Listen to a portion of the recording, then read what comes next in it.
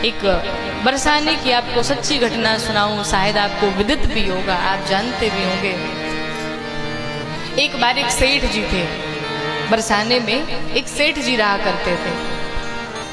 श्री राधा रानी के बड़े भक्त थे, बड़े उपासक थे, बहुत प्रेम करते थे मैया से, बड़ी निष्ठा थी। उनके 4 बेटे थे लेकिन बेटियां नहीं थी। तो उन्हें बेटी की चाहत थी कि मेरी भी एक बेटी होती तो मैं भी उसका कन्यादान करता, उसे ये पहनाता, वो करता, तमाम सारे सपने थे उनके।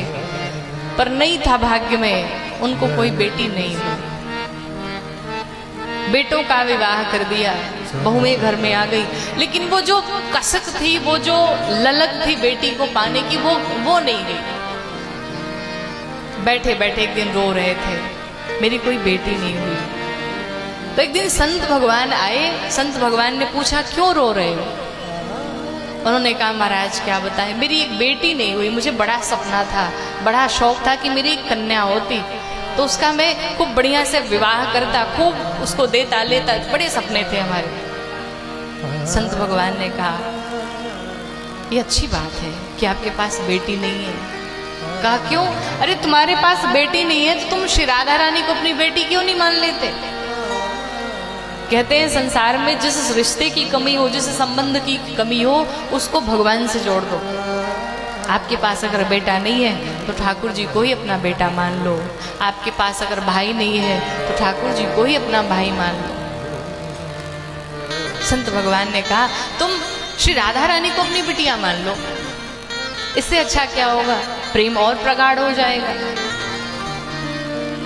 सेठ जी ने क्या किया, बरसाने में गए और श्री राधा रानी के पास गए, चरणों में बैठे और जाकर के श्री राधा रानी से कहा मैया आज तक मैं आपको देवी भगवती मानता था, लेकिन अब आज के बाद आप हमारी बेटी हैं, मैं आपका पिता हूँ। बेटी मान के चले आए। लेकिन ध्यान दीजिएगा, जीव तो संबंध बना लेता पर भूल जाता है भगवान को, लेकिन भगवान ऐसा नहीं करते। भगवान जिससे एक बार संबंध बना लेते फिर भगवान उसे कभी भूलते नहीं। श्री राधा रानी को बेटी बना करके चला आया। सेठ जी अपना कार्य करने लगे। कुछ दिन बीते, घर में कोई फंक्शन आया, कुछ पड़ा घर में। तो चूड़ीहारन आई बहुओं को चूड़ियां पहनाने के लिए। जब चूड़ियां पहनाने के लिए आई, 4 बहुएं बैठी चूड़ियां पहनने के लिए, उनके साथ में 5वीं भी बैठ गई घूंघट लगाए।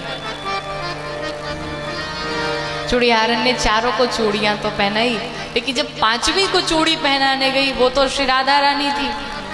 अब श्री राधा रानी के उन गोरे गोरे हाथों को देख करके, वो चेहरे का आकर्षण, वो तेज, महाराज वो चूड़ीहारन प्रसन्न हो गई। आखिर ये कौन है जो इतनी सुंदर है, जिनके हाथ इतने सुंदर हैं, चेहरा कितना सुंदर होगा इनका, पर घूंघट लगाए बैठी मैया तो देख ना पाए। कहा कोई बात नहीं, अब की बार तो नहीं देख पाई, पर अगली बार आऊंगी तो जरूर देखूंगी कौन है ये। चूड़ियां पहना करके चूड़ीहारन सेठ के पास आई।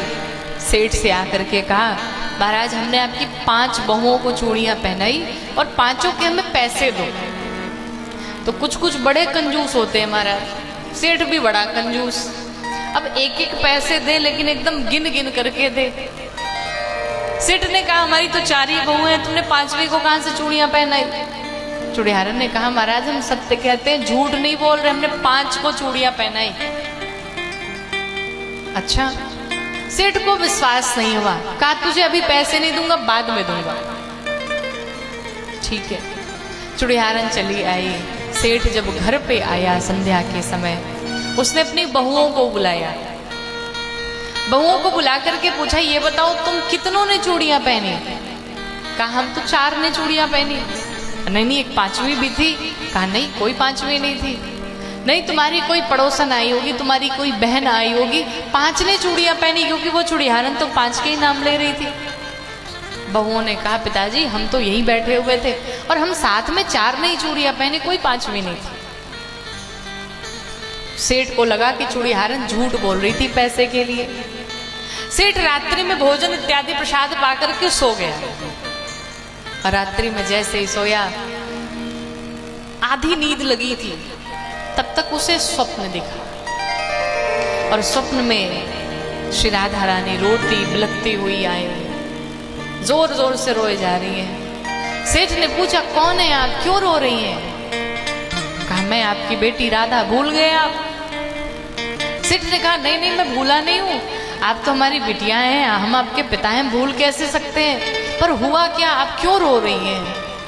श्री राधा रानी ने कहा पिताजी, संबंध तो आप बना करके चले आए कि मैं आपकी बेटी, आप मेरे पिता, पर क्या उस संबंध को आपने निभाया? सेठ ने पूछा हुआ क्या तुम्हें, क्यों ऐसे बोल रही हो?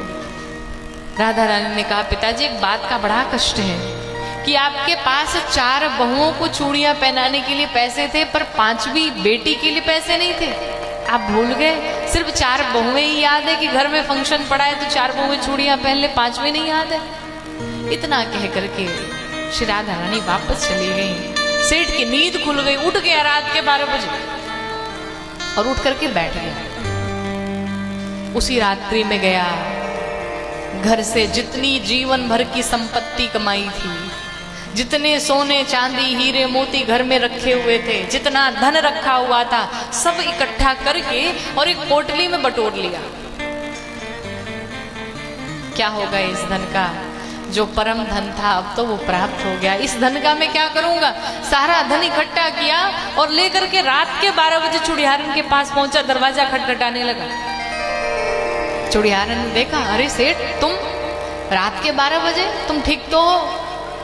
कहा वो जो तुमने चूड़ियां पहनाई थी ना, उसके पैसे वापस करने आया हूं। चूड़ियारन ने कहा सुबह कर देते, अभी क्या जल्दी थी? चलो छोड़ो सब बात, ये पैसे पकड़ो अपने। चूड़ियारन ने देखा जो सेठ थोड़े से पैसे नहीं दे रहा था, 5 के चूड़ियां पहनाने के पैसे नहीं दे रहा था, वो सेठ आज पूरी पोटली भर के लाया है। जब खोला तो देखा ढेर सारे सोने चांदी हीरे मोती, सारा धन इकट्ठा करके लाया है। अरे तुम पागल हो गए हो, मैं इतने धन का क्या करूंगी, क्यों इतना धन लेकर के आए हुए हो? सेठ ने कहा तुम्हें एक बड़ी विशेष बात बतानी है। कहा बताओ?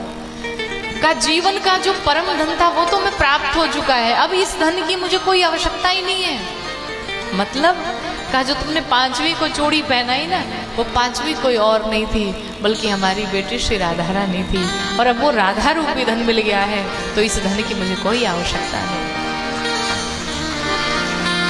बोलो श्री राधा रानी। जब चूड़ियारन ने सुना कि मैंने अपने इन हाथों से राधा रानी को चूड़ियां पहनाई, तो उसने कहा अरे आपको धन मिल गया तो मुझे भी तो मिल गया, मैंने अपने हाथों से चूड़ियां पहनाई, अब मैं क्या करूंगी इस धन का?